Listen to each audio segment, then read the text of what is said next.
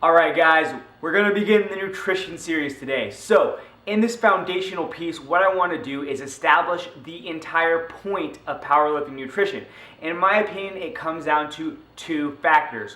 One is weight management and two is performance enhancement.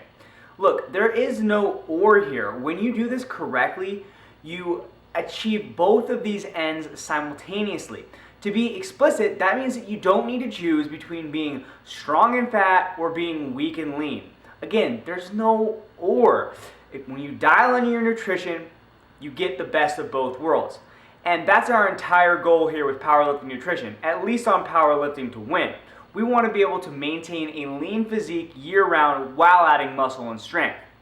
And just to make this 100% clear right up front, just as in the programming series, when this series wraps up, I will be releasing an ebook, Eating to Win, let's call it, that will have what I believe to be the optimal nutritional strategies for A, managing your weight, and B, maximizing your performance for powerlifting. Sound good? Good. Before we can get too far here, we have to discuss the fact that powerlifting is a weight class sport. Now, for those of you who don't know what a weight class sport is, that means that you have to compete inside of a certain weight range. So if you weigh 145 pounds, there are two weight classes that are applicable to you. The 132 pound weight class, the 148 pound weight class. So because you're between these two weights, you can't compete in the 132 pound weight class. You weigh too much.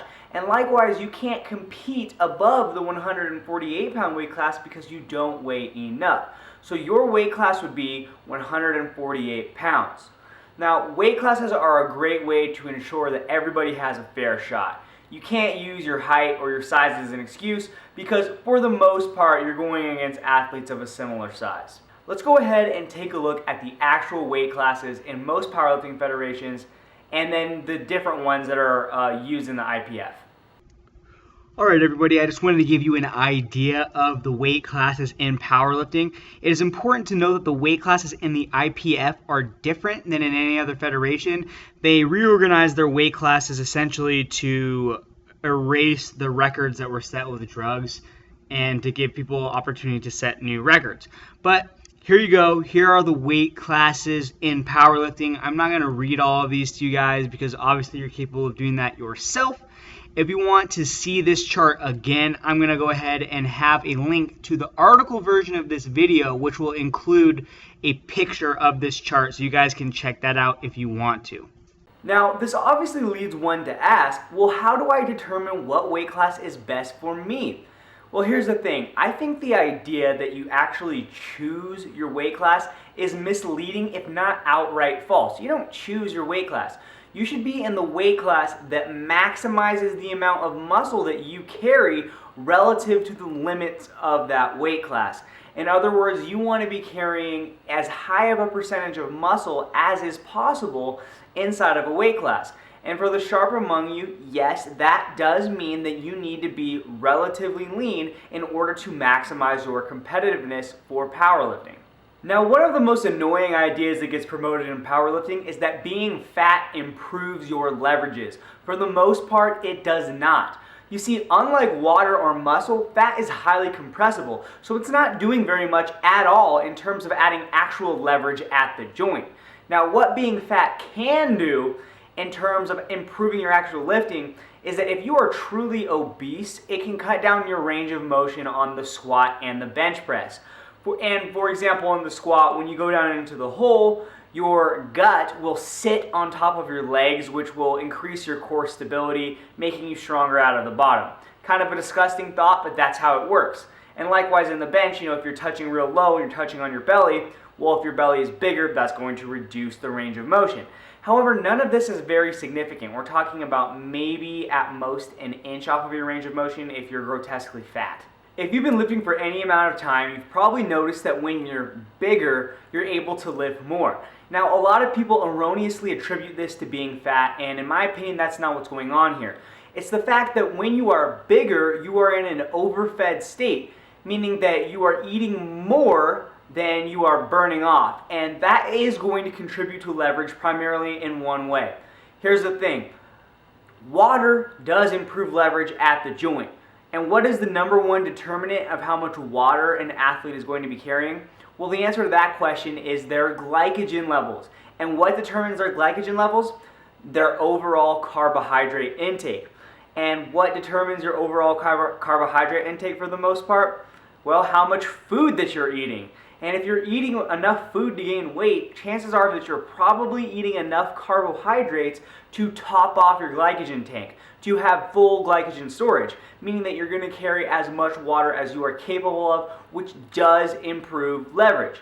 Not only that, but glycogen is essentially the energy substrate that we use in order to perform in the gym.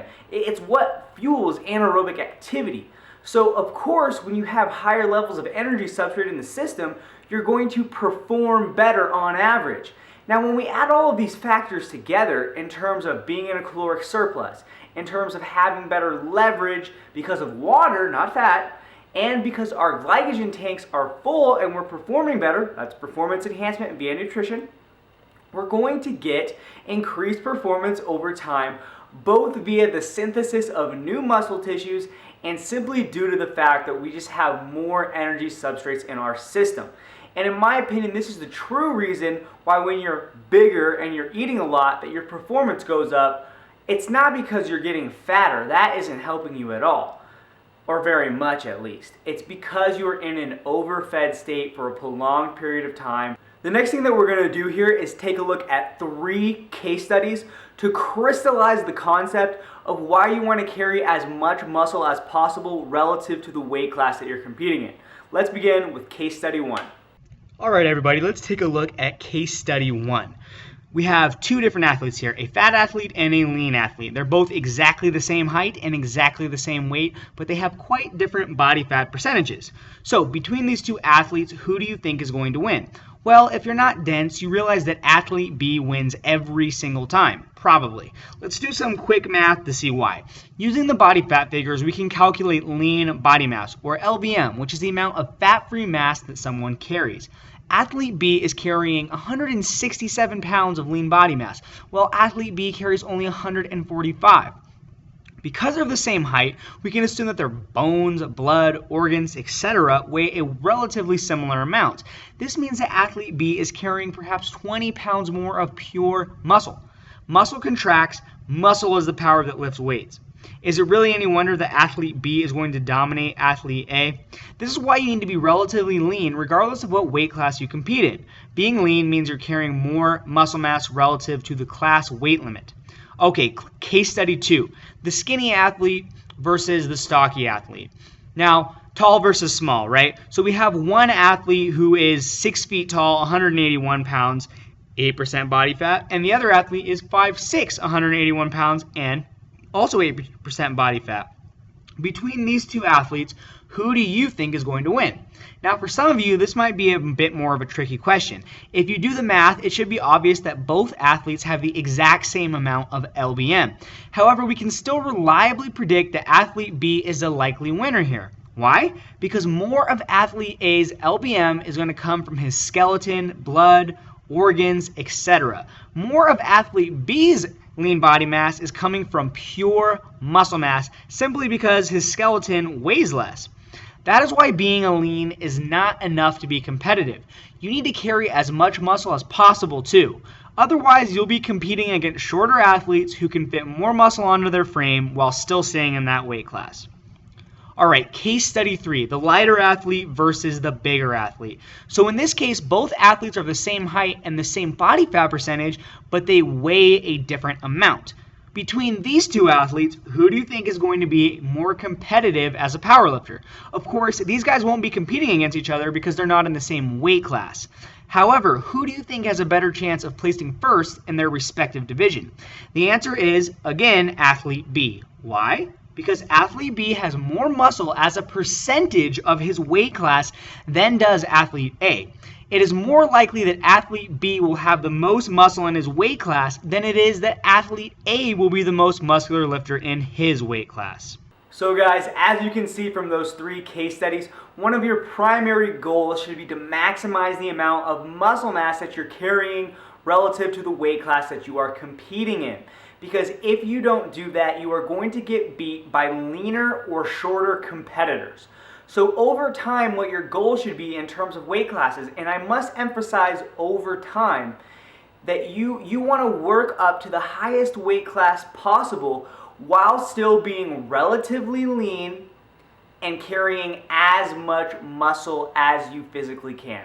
Okay, given that we've established that the two primary goals of powerlifting nutrition are 1, weight management, and 2, performance enhancement, and given that we now know that being in an overfed state for a prolonged period of time, a caloric surplus, is going to increase the amount of energy substrate in our system and improve our recovery and thus improve performance, and given that we now know that maximizing our muscle mass relative to our weight class means staying relatively lean and also means that we need to accumulate as much muscle as possible, we can realistically state that we have 3 goals in order to achieve our weight management and performance enhancement nutrition strategy. 1, we want to gain as much muscle as possible.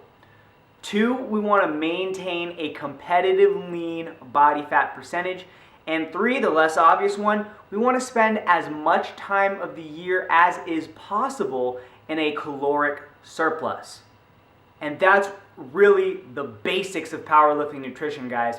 And now that we've covered the what aspects of nutrition, in the next video we're going to cover the how aspects from a broad perspective, from a 30,000 foot view, if you will. I'm going to lay down the general overall strategy for how you should manage your weight in the long term while still enhancing your performance through nutrition. If you found this content interesting, informative, or entertaining, you know what to do.